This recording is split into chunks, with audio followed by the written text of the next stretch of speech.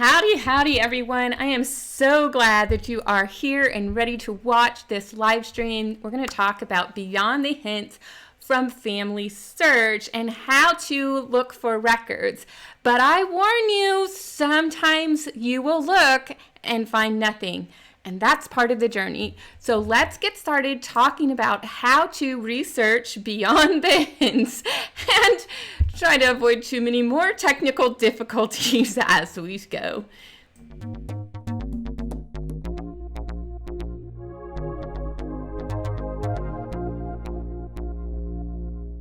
Well, welcome. My name is Devin Noel Lee from Family History Fanatics, where we love to help you understand your DNA, climb your family tree, and write your ancestor stories along the way so you can connect to the past, strengthen the future, and have a whole lot of fun along the way. We're going to talk about FamilySearch and how to get the most out of FamilySearch beyond just checking out the hints. Now, we talked about, I'm switching some things up before.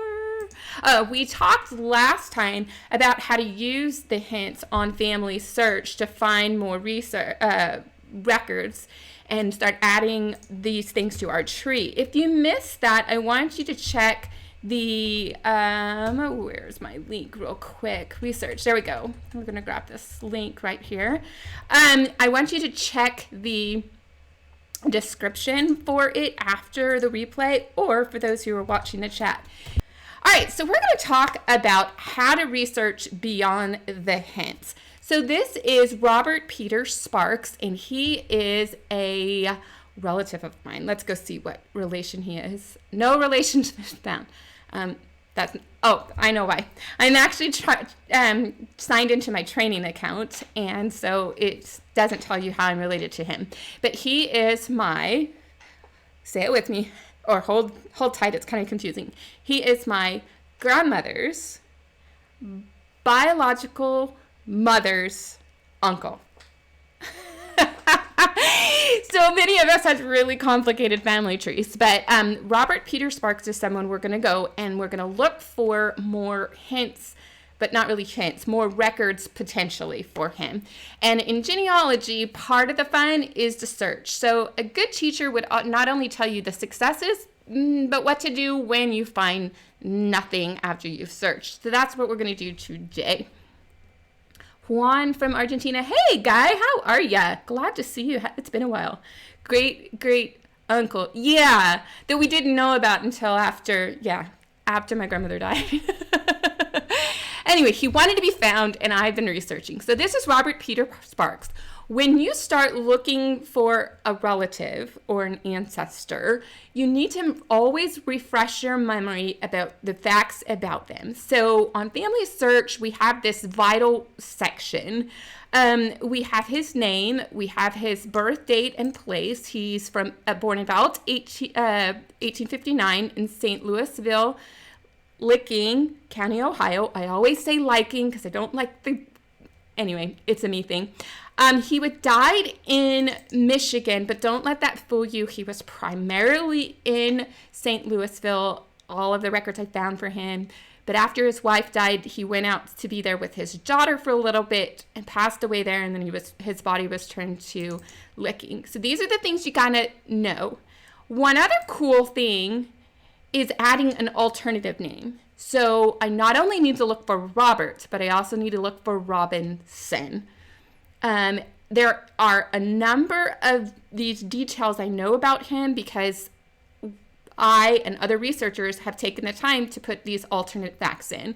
So 1860, he's in Licking County. He's in Licking County again in 1870. There's a gap, 1880, 1890. He's in a different place in Licking in 1900, 1910, still Licking. He's from there. So you're starting to wrap your mind around your ancestor, and then you're going to be looking for where are the gaps? What are the things we're looking for? Oh, thank you, Stacy. Okay, I'm going to remember it now. It's a very rural area, so think about deer-looking salt. Maybe it will make it more palatable. Thank you, Stacy. Stacy is one of our longtime viewers, and she knows that I don't really like calling it Licking because it just gives me bad images. But I'm going to correct myself, and I like that better. Dear looking salt. We'll go with that. Thank you. All right, so we see that Robert has a wife, Hannah, a daughter, Rosedale, and Forrest John is his son, and then John is his dad, Elizabeth is his mother. You get familiar with the people. So now what do we do? Because over here, Family Search says there are no more hints. So does that mean there's nothing else to look for?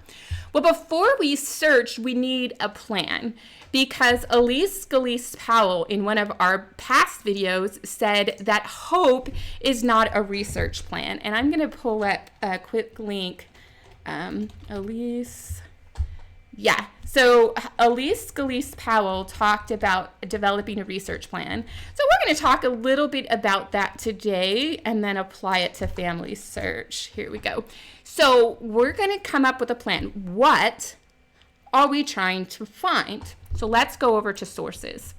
So the first thing, again, this is going beyond the hint. This is moving from being a baby genealogist to an intermediate genealogist. So we see that Family Search, I love this new thing that they have where they have the dates and the sources are organized by dates when the record is taking place. Sometimes you have to manually go change that, but that's a topic for a different time. So we've got where he is in 1860, 1870, no 1880, and no 1890. Now 1890 is typical for being lost because it wasn't completely destroyed by fire. There are fragments of that record still available, and I dropped a link in the chat for those of you to watch later of what places those 7,000 names of the entire 1890 census survived. Licking County was not one of those places, unfortunately, so I'm not going to look for the 1890 census, but the 1881 is definitely one that jumps out to me. We got a lot of details going on. We have marriage information. There's no death information, and he was born in 1859, so we're going to have to see, did a record exist for that time period? We're going to have to check that out, and sure enough, on Family History Fanatics, we have a video talking about how do you go about looking for whether a record exists. Because the hints aren't going to tell you this anymore. That's the whole point of going through this exercise.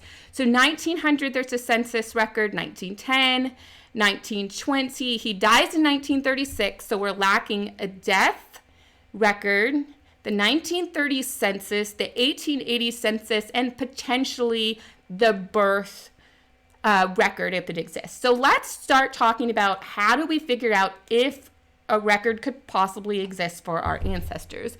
Well, that's when we go to the Family Search Wiki. So you can access that by going to Search Research Wiki, and I already pulled it up right here.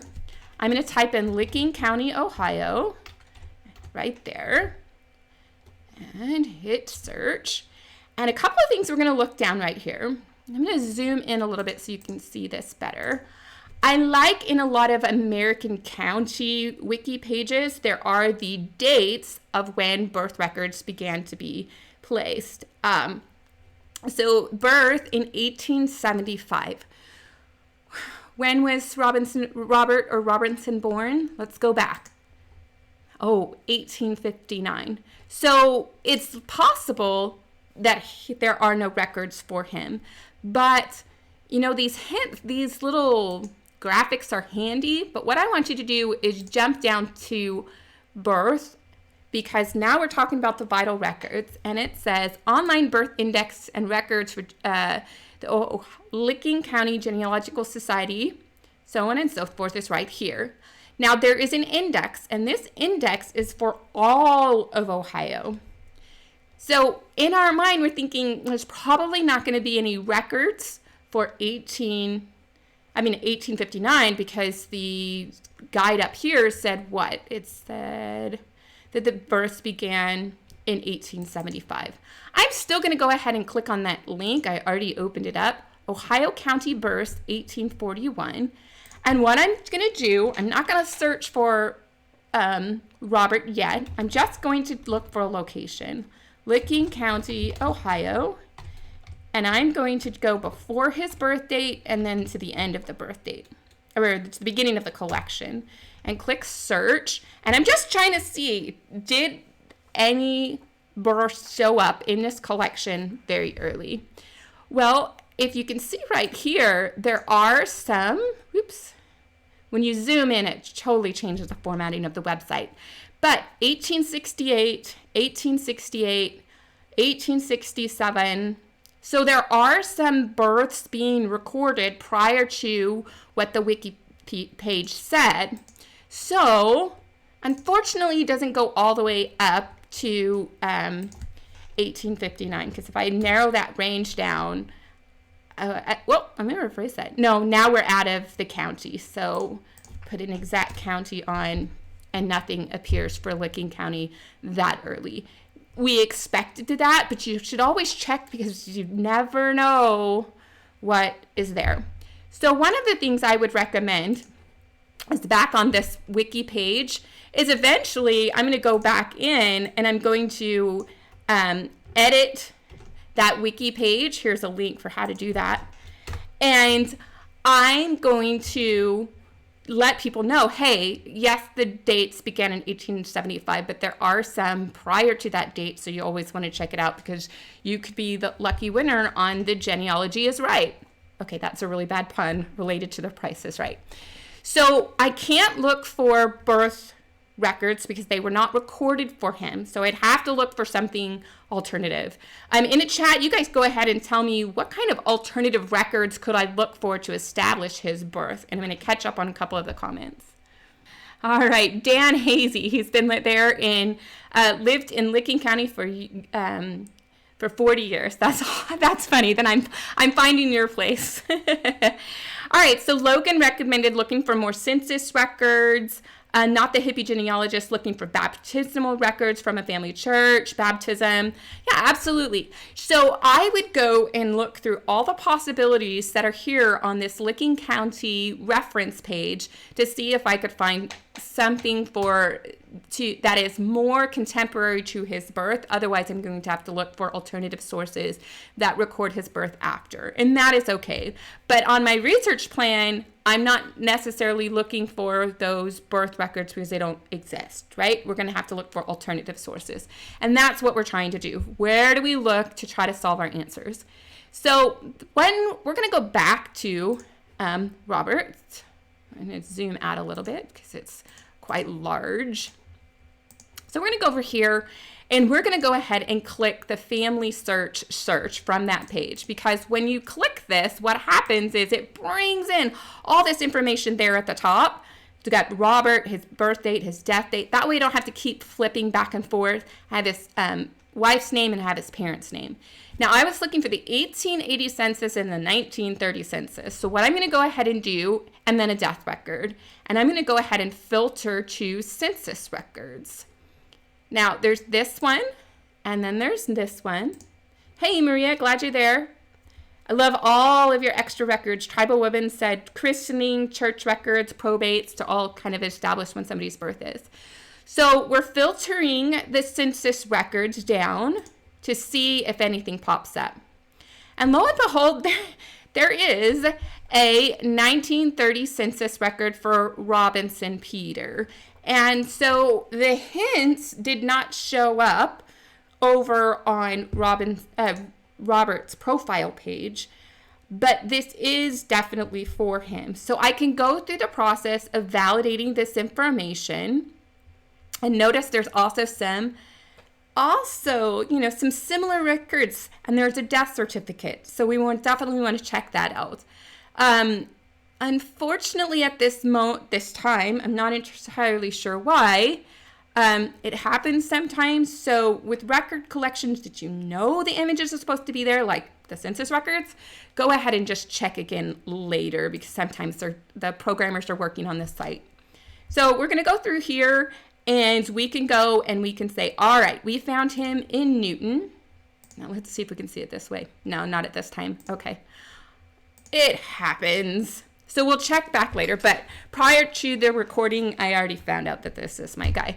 So 1930 census, and I can go ahead and type in a very good reason statement, but for the sake of your time, I'm just going to let it slide and I'll go fix it afterwards. So I'll go ahead and attach it, but never skip that reason statement box. Like, never skip that reason statement box. Okay, y'all? All right. So I found that one, and I'm going to go, and I'm also going to check this death record one. So here, it is a record collection, and there is no image available for that one right now, but I do see some very clearly defined information that I know is accurate. The only problem I have is this Carolina Jones. His mother's name was Elizabeth Weekly. It wasn't Carolina Jones. So if I was able to look at the original image, I can go look for what to try to figure out why is this name Carolina Jones. So yes, ascertain, I'm getting the image not available message too. So last week when I tried to do the video on Family Search on April Fool's Day, I couldn't get the images, which is why I went and did Find My Past. 2 hours later, when we were done with our live stream, the images all started working. So I think a lot of these times when the images aren't working for the collections that are typically available, something's going on in the programming side of things and they've got to fix it. So just check that out in a couple hours.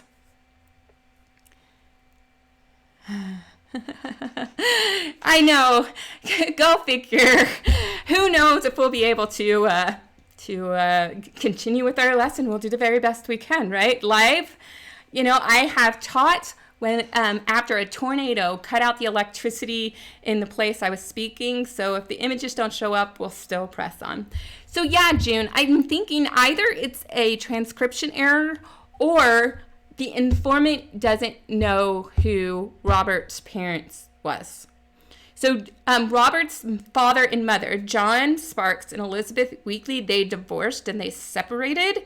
And so it's entirely possible that the wife or whoever the informant was didn't really know who the wife was. So we would need to go and figure out who is the informant and why would they come up with this other names. It's also possible it could be a clue to who John Sparks' other relationships might be.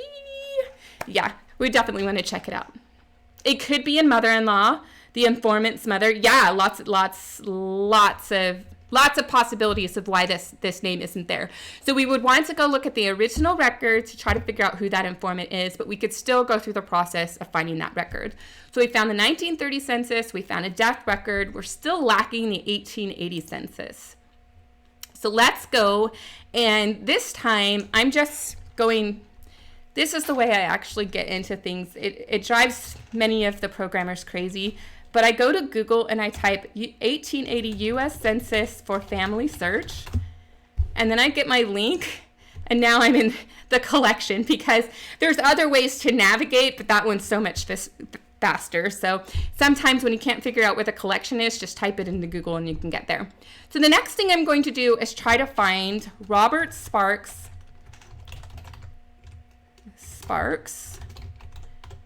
in the 1880 census, and I know he was born in 1859, so I'm going to give a really wide age range, 1849 to 1869, a 10-year range.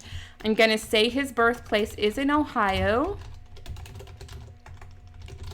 and we're going to see if we can figure out where Robert is hanging out. There you go. Thanks for that tip, Lance. I really appreciate it. All right, so we're looking for Robert Sparks. And right now, notice that Family Search will also pick up just initials. That's kind of handy so that you don't always have to go, oh yeah, just do the initial search. But we're not finding anything that looks right. So now let's go and see if his last name worked. So Peter doesn't show up for that time period. If we go and take off the United States and do Peter with no Peter Sparks, we're going to get 159 possibilities. If we try to filter, we can't necessarily filter down to Ohio. So we're going to have to go person by person to try to see if this is our guy. Another idea that you can try is, remember his name was either Robert or Robinson. So I'm zooming in. I'm going to put an asterisk. R-O-B asterisk. And that means any combinations after Rob. So it could be Robbie, Robert, Robinson, all kinds of different variations. And let's see if it shows up. So there is a Robert P. Sparks from Kentucky that would be 6 years younger, but he's already connected to this family. So that kind of rules him out. You want to go ahead and investigate. But the further I look at this, I'm not able to find my Robinson. So what do?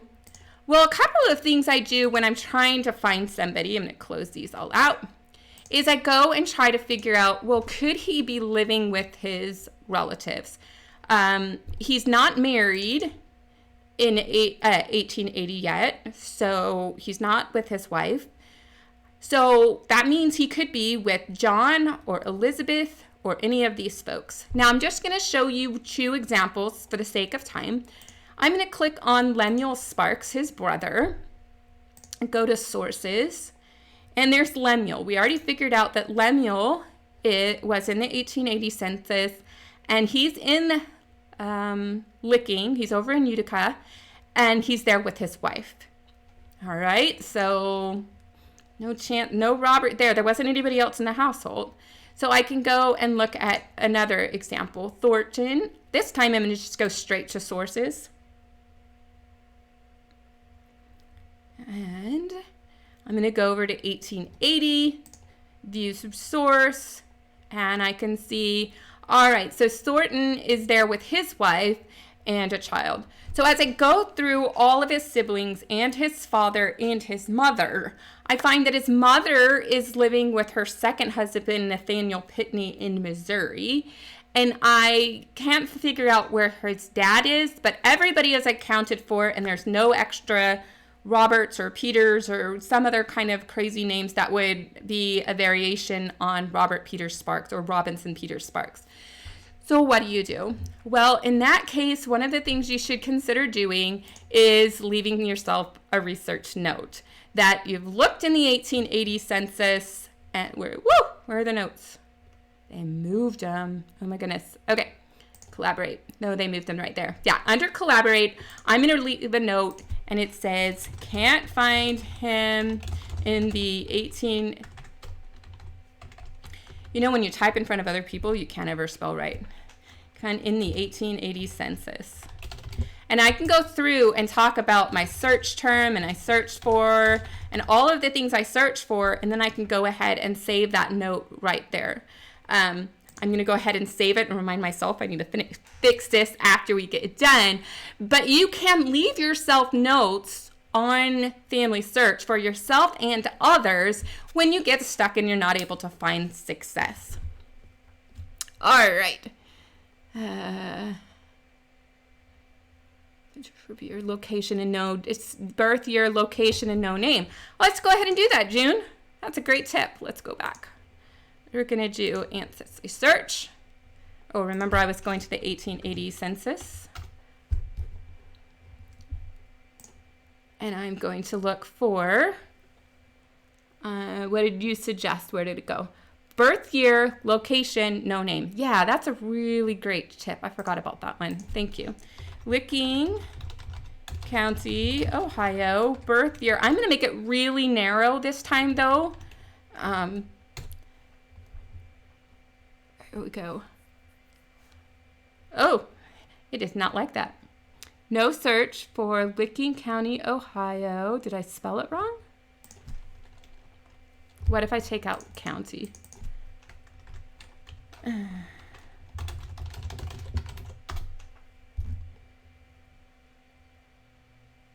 Now that's interesting. It's entirely possible the whole site is crashing while we're doing live stream. I think I have the worst luck. But one of the things that you can do, I'm just going to do Franklin and to see for the sake of this argument, Franklin County. Yeah, it's not seeming to work for any of them. But that is definitely a search strategy to investigate. What you're trying to do is find out the names of all of the children that were born in that time period in order to go through and investigate. Maybe his name is, or he's not quite a child anymore, but, you're trying to find out all of people of the same age in that location, and then look at some other places he could have been to see if you can find your ancestor. Don't search residence. Oh, you're right. My bad. Oh, well. Oh, you're right. Yes, thank you. See? I love you guys so much. Very helpful. Okay, so his birthplace is there, but his residence, we don't want that. You're right. That makes sense. There we go. When you're under the pressure, sometimes it doesn't make any sense. But thank you guys for correcting me there in the chat. All right, so another thing you can do while you get all of these 2,000 people is you can narrow them down to males and see, now I only have 1,000 folks to go through to try to see if I can figure out who my people are. So those are some strategies, because you just have to keep trying, right? You guys, you just have to keep trying. It's entirely possible he's there. He's just not where we think he is supposed to be there. All right. So another place that we can go and look for records. So we're still looking for the 1880 census. We found the death record. We found almost all the other census records, but there are a lot of other records that we need to explore that FamilySearch isn't necessarily going to give you hints for, because they haven't been what's called indexed. An index is when someone looks at the record and types into the computer the information that makes it searchable, like we've been using right now. So what we're going to do is we're going to go to the card catalog. You get that from, yep. Okay. FamilySearch got all kinds of warnings up there. Go to catalog. We come to this page, and then we type Licking County, Ohio, and we'll come to the card catalog page.